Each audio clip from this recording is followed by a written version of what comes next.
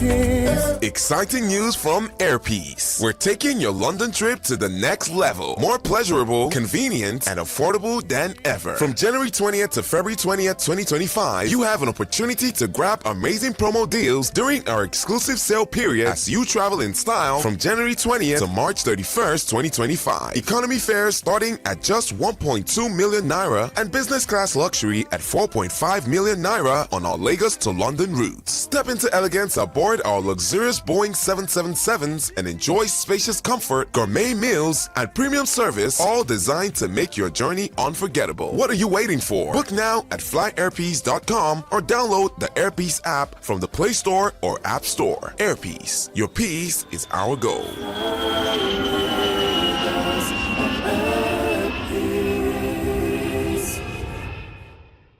Who wins Afcon 2025? The bell tolls already.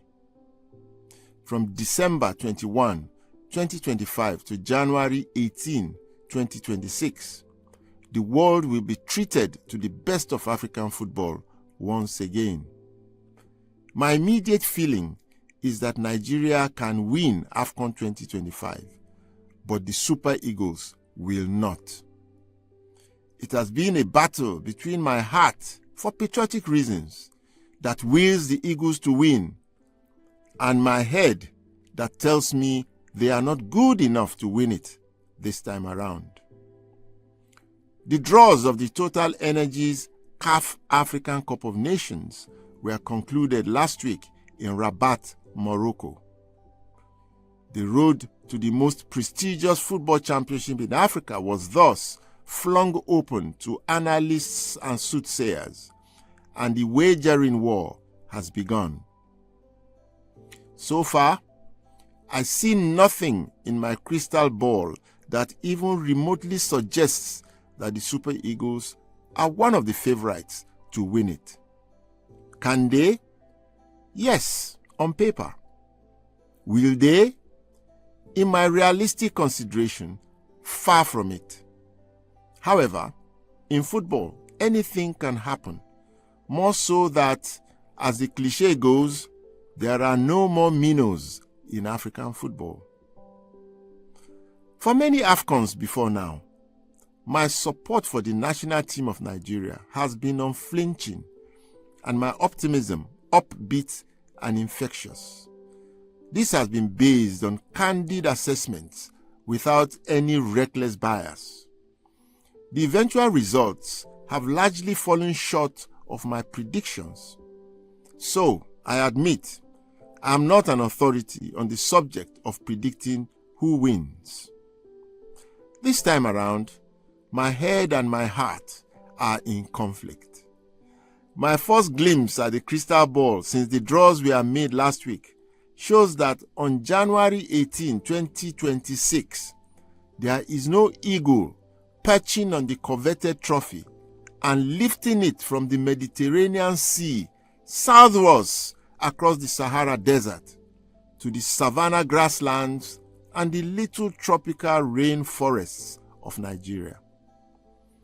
What I rather see is the biggest, most successful, and probably the best AFCON in the history of the championship, with the hosts, Morocco, getting to the finals. Morocco are the most prepared nation to host AFCON since South Africa hosted the World Cup in 2010.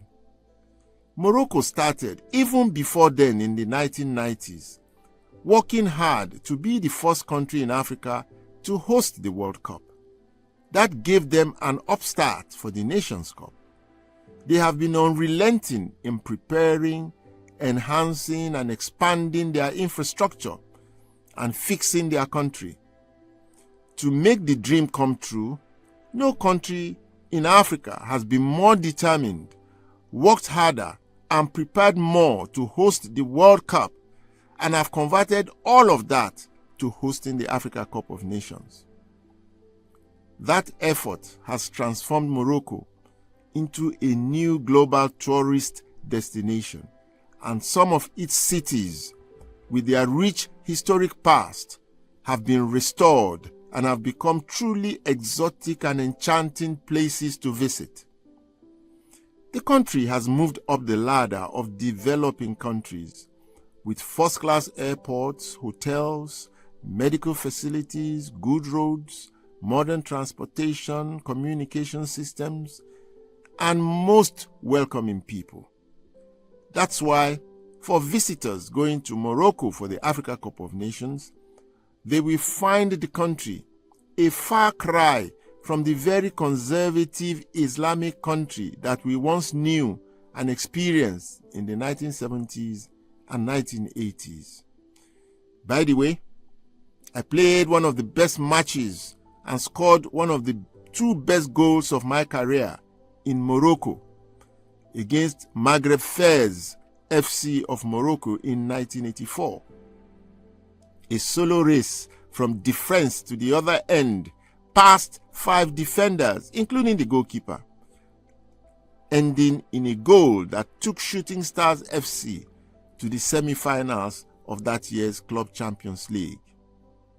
The best of the goals I scored in my football career was in a World Cup qualifying match against Côte d'Ivoire in Bouaké in 1980. That's just for the records. Breaking loose at top speed from the Nigerian defense through almost the length of the field, racing past wicked defenders to register a goal that broke the backs of the Ivorians. Everyone going to Afcon 2025 in Morocco should be prepared for a holiday of a lifetime, a feast of hospitality, unique touring attractions, and a first-class football experience. The championship will be played through 2 of the most important public holidays and festive seasons in the world, Christmas and the New Year. The quality of the 6 grounds to be used and their turfs will blow the mind. They are undoubtedly some of the best in the world. No player or team will have any excuse not to play football to the limit of their ability on these lush grounds. That's where the proper analysis of the teams begins, on the neutral grounds of 6 of the best football turfs in the world. Nigeria are in Group C, along with Tanzania, Tunisia, and Uganda. Group C is not the group of death. That distinction belongs to 2 other groups with historically stronger teams lumped together. Under normal circumstances, Group C should be a walkover for Nigeria and Tunisia, with both countries sharing the 2 top spots. However, that is on paper. A closer look at the Nigerian team reveals a slightly different reality. To start with, in the past 10 years at least, except during Afcon 2023, the Super Eagles have been anything but impressive and consistent. The team has remained fundamentally the same, with largely the same set of players, playing the game or the same lazy style, without conviction, without authority, and without consistency. None of the last 4 or even 5 coaches has been able to imprint a great style and make a solid team out of the Super Eagles. The managers never have enough time with the team to impact much. The quality of players available have also been rather suspect and average. Only a handful of exceptional players have emerged. The mixed backgrounds and foundations of the players are a major challenge. Many are hewn in Europe, never played in Nigeria, and lacked the typical physicality and die-hard mentality of homegrown players. More importantly, the coaches hired in that period have been paperweight, very ordinary, and without depth in records of achievement and credentials. For the 2025 edition, Nigeria goes to Morocco with one of the least qualified of all coaches ever hired for the national team, a neophyte that cut his teeth in big-time football coaching only about a year ago during the last Afcon. His team, Mali, lost against the weakest team to ever win Afcon in the competition's history, Ivory Coast of 2024. Finally, Nigeria is an old team, even though it has several young players, and a few more are coming through. Up front, it packs strikers that should break the defense of any team. But without quality players in the midfield, the strikers flounder and struggle to deliver goals. Nigeria's great weakness is the absence of a very strong midfield.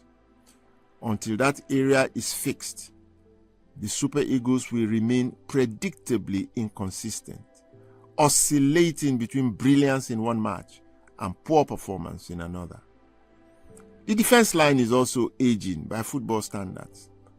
Unless some new, younger, stronger, more ruthless and better players come through the ranks and strengthen the defense, with William Troost-Ekong, the heart of the team, gradually entering the evening of his career, the Super Eagles must still go some distance, but surely not with a rugged defense to take them to the finish line. Meanwhile, there are 24 participating teams and matches to be played over a 1-month period. Between now and the start of the championship, it would matter a great deal what the Super Eagles do, which new players are introduced, and how well their preparations go. In summary, AFCON 2025 will be a blast, a great championship for everyone. Morocco will be great hosts. The big question is, which country do I think shall win the championship? I refuse to put my head on the chopping block. I'm rather closing my eyes and playing safe by tipping Morocco as champions. As for the Super Eagles, I shall have to look more closely again before placing any wager. They will come through the group stage unscathed, and that's how far I can stretch out my neck for them until the next 10 months show me more. Meanwhile, I shall prepare to join the party heading to Morocco to provide the best coverage of the games. I await corporate takers willing to come with me on that adventurous experience.